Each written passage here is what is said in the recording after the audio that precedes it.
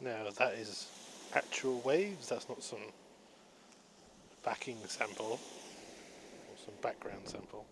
Yes, I made it to Eweleaze Farm in Weymouth eventually. I've only just put up my tent a couple of hours ago and not finished about 9:30 to find that all the food on site, including the barn that used the sort of restaurant-y bit that used to go later, was all finished. So I had to cook a risotto. I have these oldie did once, these dehydrated risottos, because usually the problem with the normal packet ones you get is they're very heavy and they still have water in them, so they have a limited lifespan. It was okay. I'm very glad I bought. Yes, I'm very posh. I bought parmesan because I had a feeling this would happen, that it'd be very bland. And as a butter replacement, I brought some virgin olive oil, so that was nice. And I'm now down at the beach below Eweleaze Farm, doing my traditional drinking brandy and listening to the waves, and looking at the moon. And we have a supermoon. You can hear the pebbles. We have a supermoon, a very yellow moon, a very large moon. Although the moon was quite prominent when I was here last. I took pictures in the moonlight, not dancing in the moonlight because we don't like that song, but we did pictures in the moonlight. And I did some pictures of the tent with the supermoon, and that will be the artwork for this episode. So yeah, it was a very exhausting walk from Weymouth. I got into Weymouth at 7:20-ish, and then walked along the coast. And I had to stop for an ice cream at Eweleaze, but I was pretty knackered then, and I had to stop also briefly and get some water, sort of halfway along the I don't know what you call it, the Weymouth Esplanade. There's a long walkway that goes on for ages. The bit along the beach at Eweleaze was a bit fun because the tide was quite in, so I've done it before, walking along, even at night, with using the moonlight as a guide, and I didn't have a torch on me, which was a bit stupid.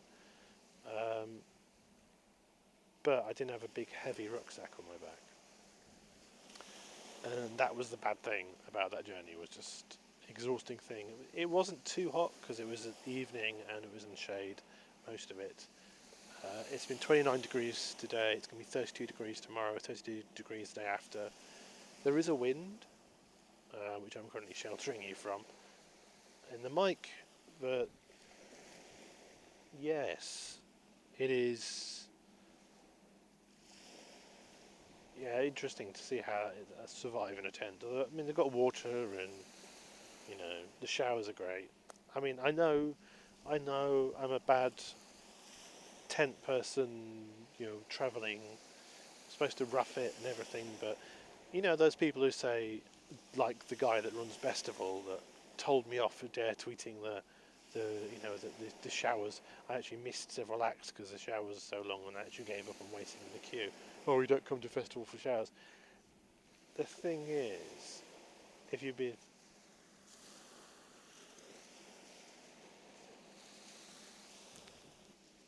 Sorry, I got interrupted by... I'm here at 2 in the morning. It's sort of nearly 2 a.m. in the morning, and there was no one on the beach. And of course, as soon as I start recording, someone turns up and starts wandering by and waving at me. It should be a bit of a hint that I don't really want to talk to anyone because I'm on the beach at 2 in the morning. But, but yes, yeah, it's going to be very, very hot. It'll be interesting to see. Oh yeah, about the thing about showers. The showers are essential if you're walking, if you're backpacking or whatever. I mean, I know people do it and they don't have showers and things, but at some point you have to be very young to do that. You have to be very sort of used to that lifestyle. And I'm not saying I'm soft because I've done some fairly hardcore things, but your muscles and everything, your legs and your feet just get really unhappy if you don't have any form of sort of heat on them. If you're exerting them more than usual, it's fine if it's usual for you. I'm sure you can get used to it, but I find it really difficult to not have any form of sort of way of sort of either a bath or a shower or something, because they're coming back again. And yes, they came back coming the other way. And they'll probably come back from the way they're going again. And it's like, yeah, I know it's too much to expect 2 in the morning at a family campsite. You might have the beach to yourself. And I was quite surprised there wasn't anyone here when I moved down, when I came down, but there was. And so I was expecting there not to be people here. But yes, I do think it is a bit essential, especially if you're not used to that hardcore workout. If you are used to that, fine. But even the people who do the hardcore workout, they have saunas or hot showers or something, or put stuff on for it, because your muscles are exerting hard and need to be sort of relaxed, and it helps. But yes, so I'm glad for that, and I'm glad for the food on site, and I really like Eweleaze. Eweleaze, I came here a year ago, and I looked out. It was my first campsite I came to, and it was the best campsite of that trip. And maybe I'll find another Eweleaze further down the coast, but I'm doubtful. But what I'm worried about is that they seem to be reducing the hours. They used to, I'm sure last year they were July, August. I think they were longer. Now they're 1st of August, 29th of August. And the food things seem to have an earlier time. I do worry they're winding it down a bit. I hope not, because it's a brilliant place. Very good for kids. And that can get slightly annoying because where I am on the headland seems to be the moody teenager hangout. I was there right in the right top of the headland, right where the moon, there's that shot, literally there's nothing but coast, right on the edge. I was like, yay, away from all the kids, and then the moody teenagers came and hung out there, and I was like going, fuck off. Go be moody elsewhere. When I was a moody teenager in a campsite, which I was, I hung out on my own. I was moody on my own. I didn't have anyone else to be moody with. I'm lucky to have other people to be moody with. So, and you might hear the container. I don't think so. But you might hear the container. Like last time, there was a P&O ferry, and I wondered if it was to do with the pandemic. And this time there's a container moored off the coast, and so you can sort of hear that from here. Sounds like air conditioning in the background. See, that's not my laptop fan. That's a container ferry, or whatever you call them, tanker. I'm just waiting for that bloke to come back now. Clomp, clomp, clomp, clomp. It's a bit like the lesbians at Pride. Me and Kirk slept on the beach, a pebble beach like this one.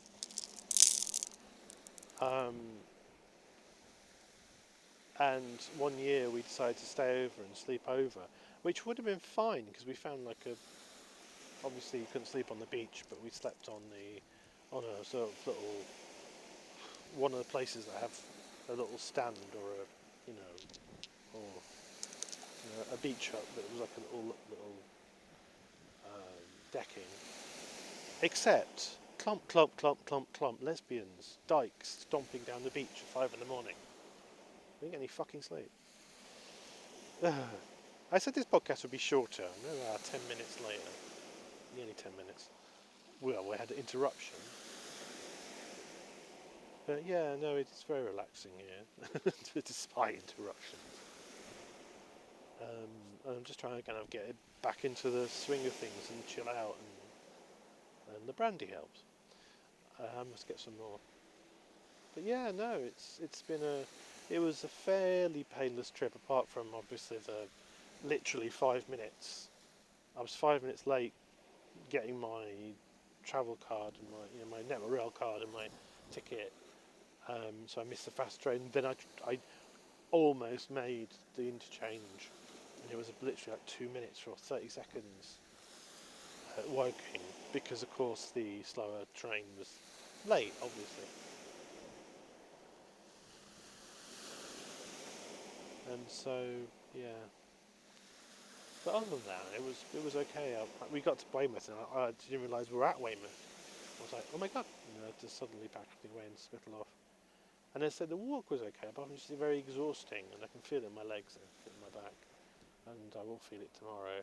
But I need to get used to that, because I'll be doing more of that. Although for the next couple of days I'll rest up and just do walks around here and get the odd bit of supplies and stuff.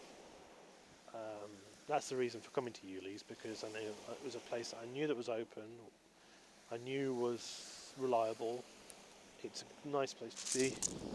Oops, sorry, I'm being attacked by things. Nice place to be, and it's just a lovely place. And there's bits that I didn't do going further up the coast, past what I call the Smuggler's Club Cove. Remember from Jaunt 2, Jaunt 1. There was Jaunt 1.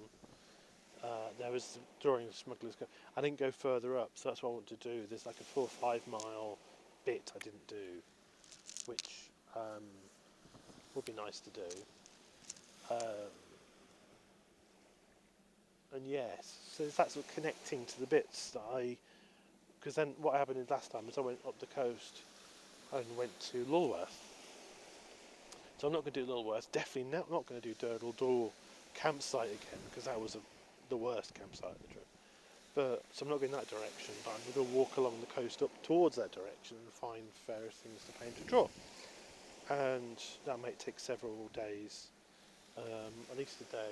I say I need a day to recuperate just from that trip. There's something about, I don't know what it is about the people who come to a place and then they're all like the next day they're all like, oh, let's go off immediately. I find it exhausting. Travel is exhausting itself. The actual act of getting somewhere is fucking exhausting. I really wish they invent transportation somewhere very soon. And so it's going to take me a while to recover, so to decompress. And I need this time as well, because just things have been too stressful, especially organising this trip, but just generally. And it would be good to just have not exactly a holiday, but just a kind of relaxing couple of days before I get more into it. And I'm planning to do the Cernabus Giant, which I abandoned on Jaunt 2. So I suppose the best thing to do is do that on a day trip. So either stay here or maybe go to I might go back to the campsite next to the secret military base, which was in Jaunt 2. That was actually quite a nice camp. Well, it wasn't as nice as this. It was a kind of very much you get a lot of these places that are basically holiday parks with holiday homes, and they've got a little bit of a campsite right in the most inaccessible top of the hill, strange part of the place, which is, or in the case of Durdle Door, in a wood with rookeries that shit on with a rookery, rooks that shit on your tent. So yes, that's not so great. So yeah, they tend to shunt you off and then also it's quite expensive. So I might do it from here, because it's probably just as easy to walk in the 2 miles or get the bus. Although the problem with getting the bus from Eweleaze Farm is the road isn't walkable. If you ever go to Eweleaze Farm, walk along the coast. If you're a walker, do not try and walk up that road. Do not take a bus. There is a bus along there, but the problem is you have to walk along quite a horrible road to get to Eweleaze for a bit. It's not as bad, but yeah, don't try and avoid the road if you can, or get the bus and then scamper across the road. But the problem is the road onto the site is pretty horrible as well, because it's a one-track road, and of course everyone's driving back and forth, and it is It's sort of a crazy, yeah, a crazy thing. Yeah, I might do it from here, so that'll be maybe an extra day. Before I move on, and I'll head towards Lyme Regis and the area I didn't get to do in the second one in October, the aborted trip. And I can say, yeah, don't try and camp in October. Not unless you're very hardcore, and I'm not hardcore enough. And I mean, this place wasn't open. Lots of the best places weren't open, so it's best to come there during the peak season. Well, you know, it obviously makes other things more expensive. But yeah. So when we're going to wrap things up, it's already 15 minutes. Oh fuck! So that's goodbye from Eweleaze Beach.